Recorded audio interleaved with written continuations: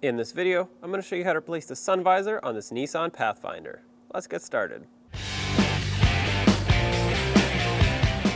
Pull the sun visor down, and it's only held on with two fasteners here, which usually are covered by a cover. Ours is missing, and it looks like someone's been in here before because there are two different types of fasteners.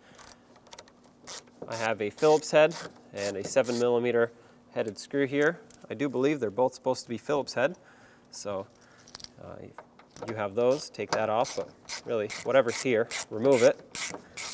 And once you pull these out, you should be able to unclip this, and this will also release this side over here. There is a wire, and this is for the light that comes down from the mirror. So press on this little clip and unplug it, and there's your old sun visor. Set that aside and grab the new one. Make sure you plug this light in, just like that. And put the wire back up. I'm going to clip it onto the right hand side just so it doesn't fall down. This will allow me to better position it here. With this lined up, let's put the two mounting screws back on. Snug them up. Don't make them too tight. You don't want to strip the mounting hole out.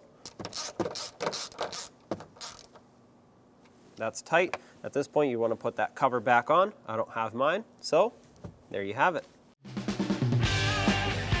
When only the best will do, demand TRQ.